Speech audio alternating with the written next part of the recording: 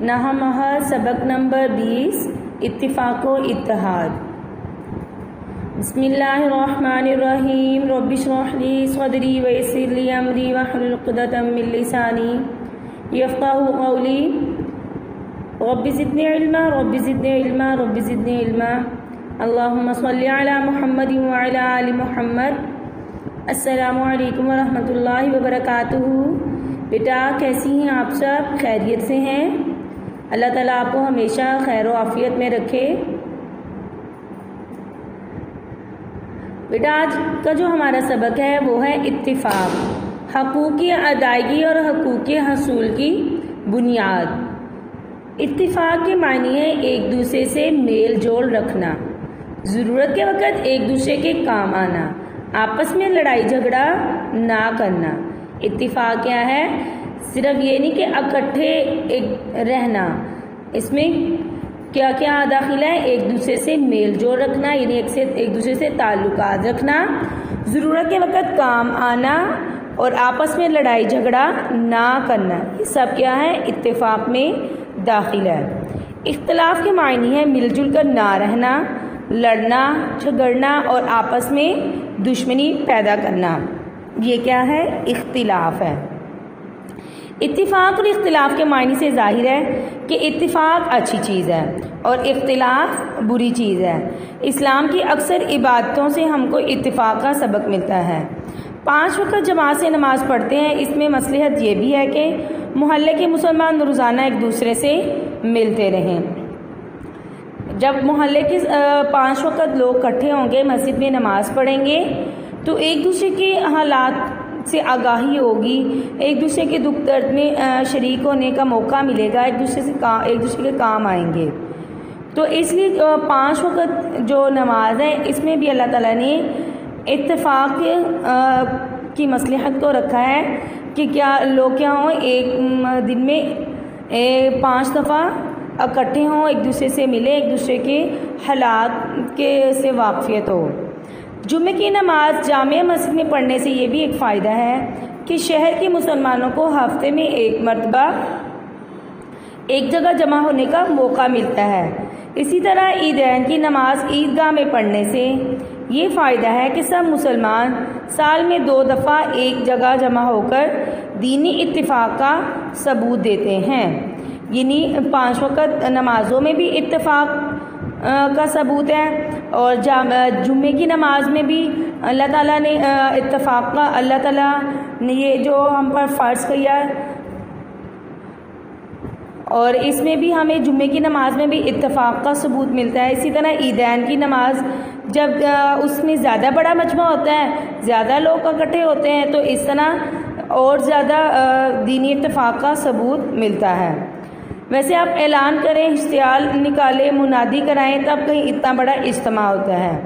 یہ اسلامی تعلیم کی یہ برکت ہے کہ بلا کسی اعلان و اشتہار کے جمعہ کو جامع مسجد میں اور عید بقرہ عید کو عیدگاہ میں بڑے سے بڑے اجتماع اکٹھا ہوتا ہے، بڑے سے بڑا اجتماع ہو جاتا ہے۔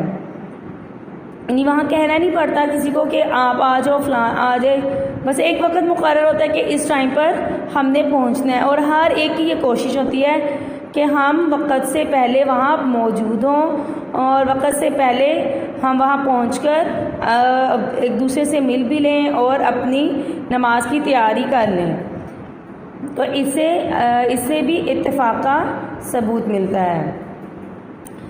اللہ تعالیٰ نے مالدار مسلمانوں پر حج فرض کیا جس کی بدولت تمام دنیا کے مسلمان سال میں ایک مرتبہ مکہ معظمہ میں جمع ہوتے ہیں۔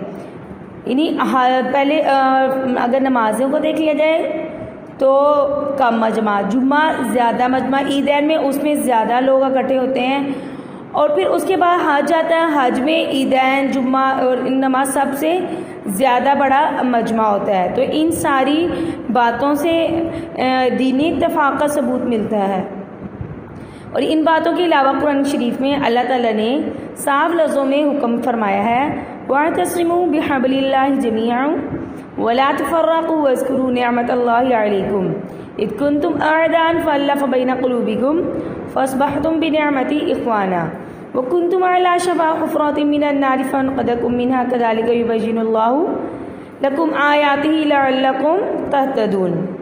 سورہ آل عمران ہے، آیت نمبر 103۔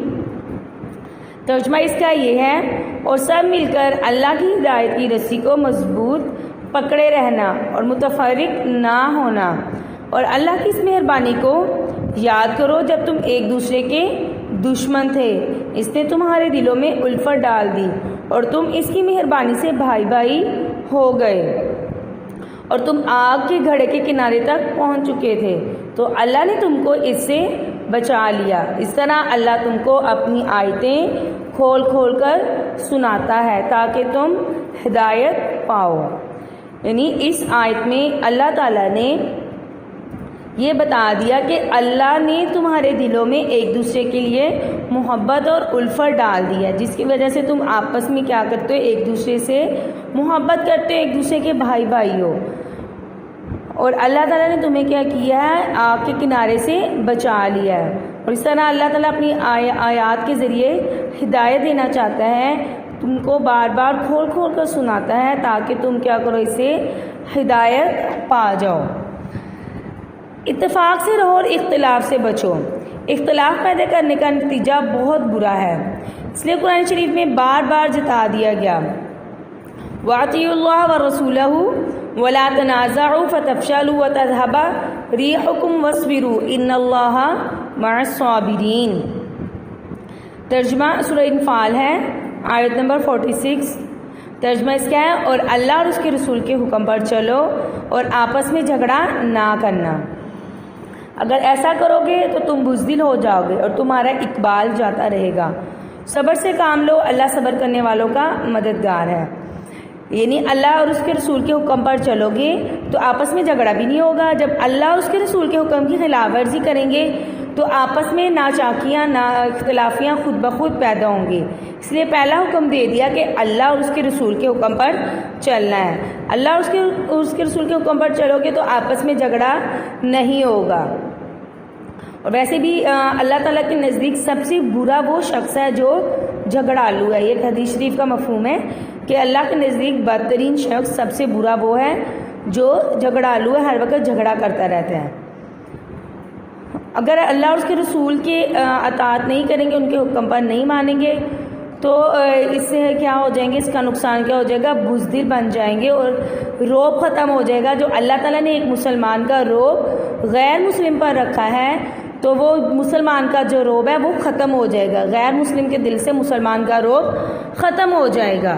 تو اس لیے اللہ اور اس کے رسول کے حکم پر چلیں گے، جھگڑا نہیں کریں گے آپس میں۔ تو جب آپس میں اتفاق سے رہیں گے، متفق ہوں گے، تو دشمن پر ہمارا روب، دشمن پر ہمارا خوف، دہشت خود بخود ہوگی۔ اگر ہم آپس میں نا اتفاقی کریں گے تو غیر مسلموں پر ہمارا جو روب ہے، جو اللہ کی طرف سے ان کے دلوں میں اللہ نے مسلمان کا روب ڈالا ہے، وہ ختم ہو جائے گا۔ اس طرح آپ صلی اللہ علیہ وسلم نے فرمایا، مسلمان آپس میں ایک ہی عمارت کی اینٹیں ہیں جو ایک دوسرے کو سہارا دیتی ہیں۔ یعنی جس طرح کوئی عمارت ہے، خالی ایک اینٹ ایک عمارت نہیں بنا سکتی، زیادہ ساری اینٹیں مل کر کوئی عمارت بنتی ہے۔ تو جس طرح ایک اینٹ دوسری اینٹ کو مضبوط کرتی ہے، بلڈنگ مضبوط ہوتی ہے، سہارا دیتی ہیں، اسی طرح مسلمان کیا ہے، ایک دوسرے کا سہارا ہے، ایک مسلمان دوسرے مسلمان کو مضبوط کرتا ہے۔ اور اسی طرح ایک حدیث شریف کا مفہوم ہے، آپ صلی اللہ علیہ وسلم نے فرمایا کہ تمام مسلمان کیا ہے، جسم واحد کی طرح ہے، ایک جسم کی طرح ہے۔ جسم کے ایک حصے میں درد ہوتی تو پورا جسم درد ہوتا ہے۔ تو اسی طرح اگر ایک مسلمان کو تکلیف ہو تو سارے مسلمانوں کو تکلیف ہوتی ہے۔ تو انشاءاللہ اس کا جو بقیہ ہے ہم وہ کل پڑھیں گے،